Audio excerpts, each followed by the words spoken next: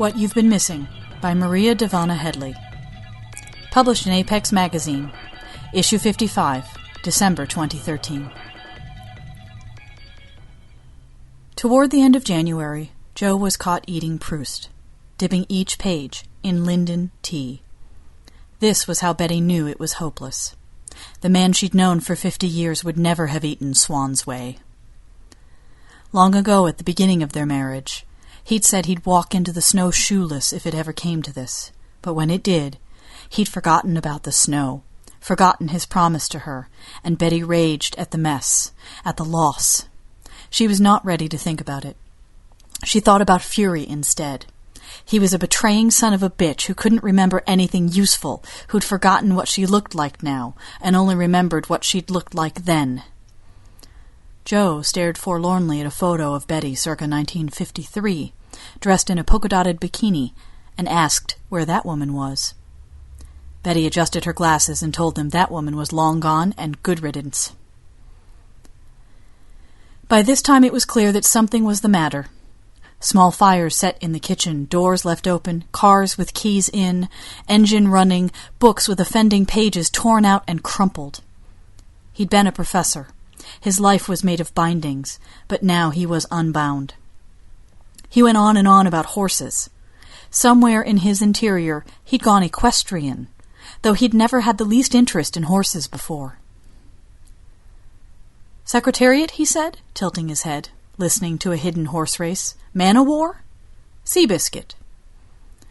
"He has to go," said the oldest son, Reardon, who thought he was being gentle enough given the circumstances, given the fire set with the collected works of Philip Roth, that had consumed half the kitchen cabinets before being discovered. One of the granddaughters had been sleeping 2 bedrooms away, and that was the only reason it hadn't been worse. The granddaughter woke, called 911, and roused the house, walking both of the elderlies outside, where they fumbled around for the delectation of the neighbors, dressed in the near-nothingness of thinning cotton, elastic overstretched pajama hems threatening to root in the dirt. That granddaughter reported Betty to the sons for slapping Jo across the stubbly jaw. Betty had gotten wholly sick of his wide eyes, his furious recitation of Eliot. "He'd never," said Betty wrathfully, "he'd never, not Prufrock, not if he was himself."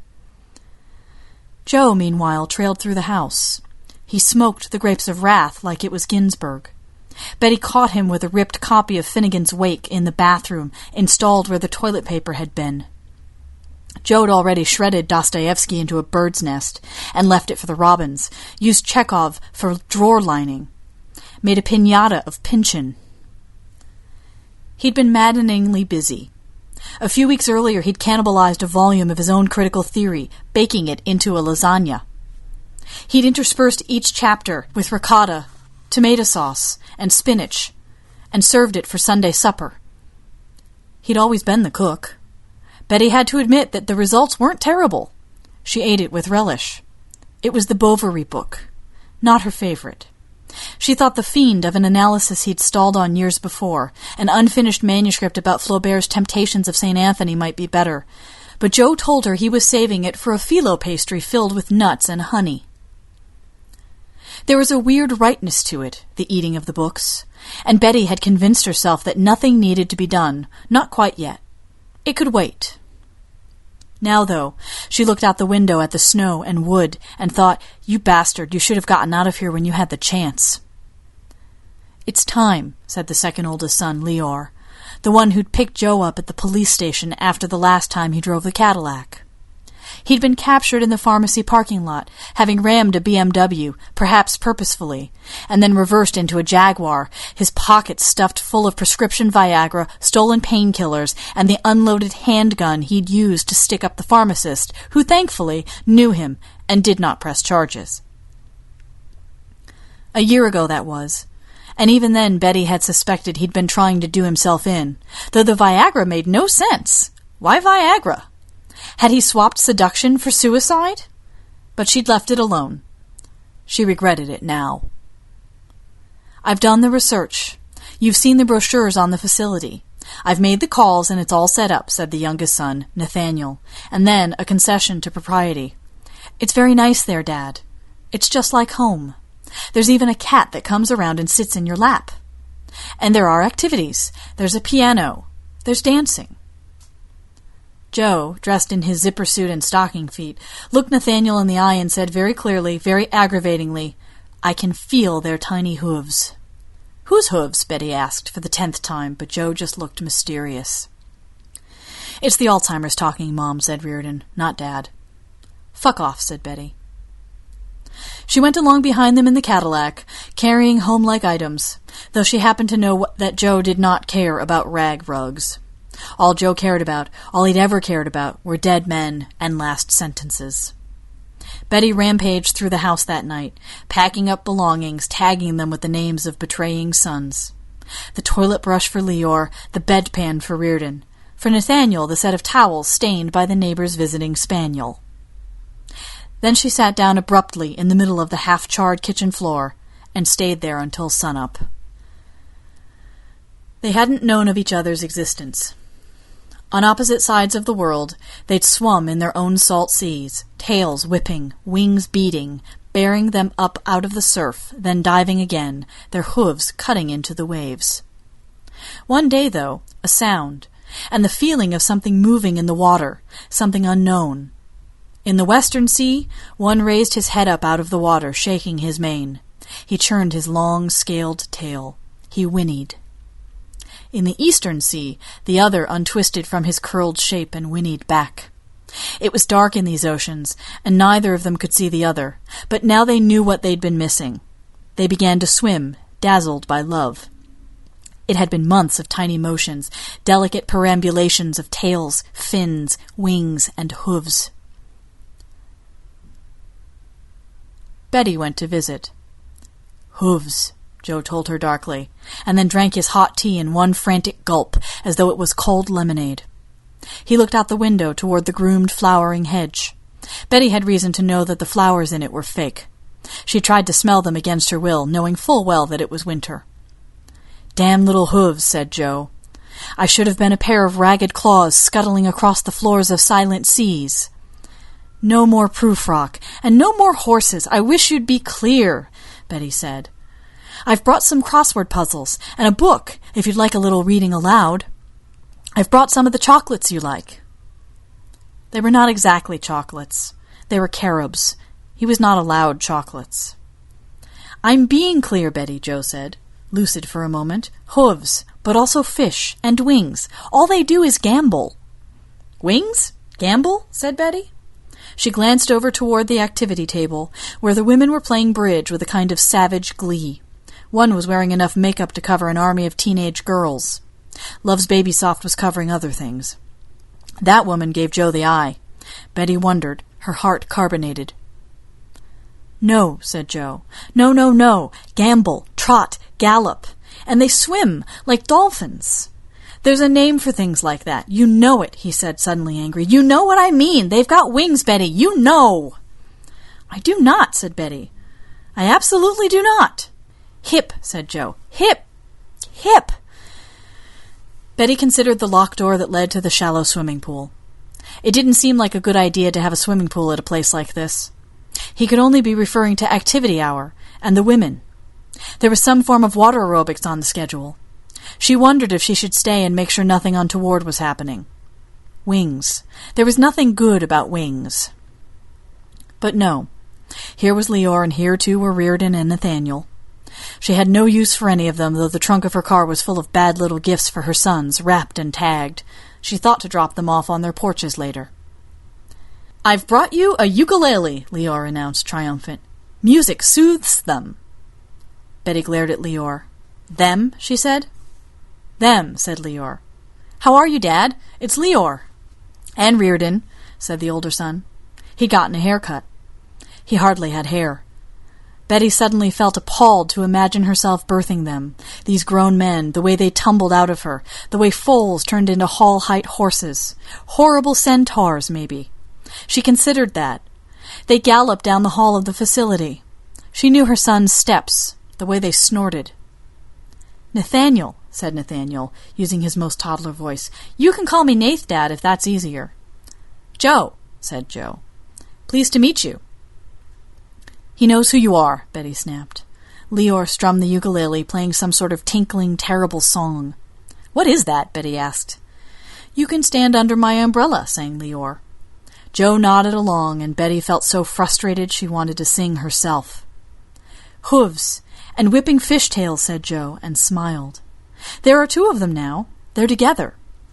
He looked at Betty. "Remember the beach and the drinks and the paper umbrellas? Remember the polka dot bikini she wore?" "I wore it," said Betty. "It was blue. You're the one who bought it for me." "Ella, Ella," sang Reardon. "Hey, hey, hey." "Hippopotamus," said Joe, and snapped his fingers. "That's the word I was looking for, and I've been saying horses. The hippopotamus test. It's in Water Babies." Even as Betty leaned in, trying to get clarity, he began to sing with the sons. "Now that it's raining more than ever," he sang, his voice sweet and pure, like her husband had gone choir boy. Where had he learned the song? What was it? Surely not a hymn, and it wasn't the Beatles either. The 4 of them, father and son, sang it to the end, but Betty didn't know the words, and even if she had, she didn't feel like singing them. She went to the library and checked out the Water Babies, looking for clues as to what was still in her husband's head, and found only a short satire of scientists debating evolution, apes versus men. The brain apparently contained 2 pieces, one on each side, each called the hippopotamus. At 4 a.m, she had a moment of joy when she realized they meant the hippocampus, and more joy still when she learned from the internet that for 50 years, from the 1770s to the 1820s, science had referred to those parts of the brain as the hippopotamus, due to a typo. The joy faded, though, when she realized that all this came to nothing, that brains were brains, and that Joe's was gone. This was nothing she hadn't already known. She woke in the night singing the umbrella song, smelling the lost smoke of the kitchen fire. She opened the volume of Eliot beside the bed, tore 1 page into small pieces, and swallowed them with a glass of water. The seahorse from the west saw the other first, his mane rising over a wave. He uncoiled his tail and galloped through the surf, whickering. On the shore, a paper umbrella left too long in the sun burst into flame, and 2 cocktail glasses splintered. 3 children made sand castles. One buried himself beneath the castle walls, and the others dug a moat. The second hippocamp trotted up part way onto the sand, its serpentine tail trailing, and the little boys watched it come, amazed. It ignored them. Then one little boy was gone beneath the castle, quicksand, the moat growing larger. The seahorses rose up and over the waves, brushing aside a foam of nouns and verbs, last lines, similes. They butted heads, and their tails lashed, scaled and gleaming, and another little boy was gone, a rogue wave rising over his head. The second hippocamp looked at its counterpart and neighed, surfing over the waves to get to him, and tossing in delight. The waves rose higher, higher, tidal, taking seagrass, dunes, taking bathing mats and little shovels made of plastic. "Do I dare disturb the universe?" Betty said, her weekly visit reading aloud in resignation to Joe, who placidly looked at her. An hour earlier he'd sat down at the piano and played a song as though she was a stranger, and as though he was too. Joe had never played the piano before. He didn't know how, or at least Betty hadn't known he had. Joe whinnied. Betty looked at him. Should she call a nurse? There was no point. He would whinny if he wanted to whinny. He would paw the air with his hooves. He was still Joe to some degree. The exterior was the man she'd been married to. The interior was a wicked landscape filled with mythical horses. "Hippopotamus," he said, and smiled. "Hippocampus," she said, correcting. She'd puzzled it out. It had seemed like a victory until she'd realized there was not much in the way of victory left. The brain's hippocampi were named for their shape, after horse-headed serpent-tailed seahorses. But the 2 of them were also the relevant parts of Joe, the places where everything should have been, and wasn't. The snow he'd meant to walk into had melted into a sea, or so Betty imagined. She'd stared for hours at a scan of Joe's brain, its quadrants mapped out, the twin hippocampi on either side outlined in red. Those horses contained her and her sons and their lives. She did not want to say, "Take me with you," but she wanted to go. He was on a vacation in a place that didn't exist. Betty looked at Joe. She whinnied. In the waves, a piano surfaced. A woman in a blue polka-dotted bikini foundered, gasping. A man in swimming trunks leapt in after her. The hippocamps played together, their wings spread, their tails looping, and the water rose, but the man swam out, and the woman, stronger now, swam up from the bottom, her bikini straps untying, the salt making her hair stiff. The sun was hot, and the ocean was full of bubbles and bright fish. The hippocampi swept through the water, side by side, and down below. At the very bottom of the sea, the sand shifted over gold coins and bones, bassinets, mammography records, fondue sets. A wedding ring lost in Greece in the 60s and replaced, pages from every book ever written. The woman was naked now, a strawberry mole at the top of her thigh, a bruise on her upper arm in the shape of a Madeleine cookie. The man was naked too, but for the keys around his wrist, the cabana number on them fading, unreadable, some shack knocked down in a storm. The hippocampi took flight, ears flattened, water rising up, up, up. The sky was cloudless, but the woman looked up and a snowflake landed in her lashes, falling from nowhere. The water was very salty, and it kept her afloat. It bobbed, with disappearing words and faces, pictures of people long dead, old chairs, a woman crooning a song. An umbrella appeared suddenly, high in the blue, flying like a kite. The hippocamps landed again in the waves, and the woman clambered onto the back of one of them. The man was still swimming out there, far off, his trunks bright against the horizon, and after a moment the other hippocamp flew out to snatch him up. The two moved in unison now, driving through the waves, brazen-hooved horses of Poseidon, as the sky opened up. From it fell everything left behind, last words and first lines, poems, wakes, birthday cards, letters from students, letters from lovers, the memories of eating, of sleeping, of drinking, of dancing. From the sky fell the memory of talking, and then the memory of breath. The hippocamps opened their mouths, and then the woman did. The man opened his mouth, and finally the mouth of the world opened too. All together now, in one tremendous drought, they drank of the sea, the sky, the last lists of the living. All together now, they drank of sunlight, and of the falling snow that eventually would bury everything. The world shifted into a sweet, sugared expanse of ice, and below it the darkness of a night sea. There would soon be nothing left but the memories of the dead, all of them floating silently. The bones of forgotten words turned into toothpicks, arranging and rearranging themselves in the cool black sand. But for now, the beach was bright and white and full of flying, swimming, singing horses. In memory of R. Dwayne Moulton and Bob Schenken, Sr. Maria Dahvana Headley is the author of the dark fantasy alt-history novel Queen of Kings and the internationally best-selling memoir of the year of Yes. Her Nebula-nominated short fiction has recently appeared in Lightspeed, Subterranean, Nightmare, The Journal of Unlikely Entomology, Glitter and Mayhem, Jurassic London's The Lowest Heaven and The Book of the Dead, and anthologized in the 2013 editions of Rich Horton's The Year's Best Fantasy and Science Fiction and Paula Gurin's The Year's Best Dark Fantasy and Horror. With Neil Gaiman, she is the New York Times best-selling co-editor of the young adult monster anthology Unnatural Creatures, benefiting 826DC. Upcoming are a young adult skyship novel from HarperCollins and a new novella, co-written with Kat Howard from Subterranean.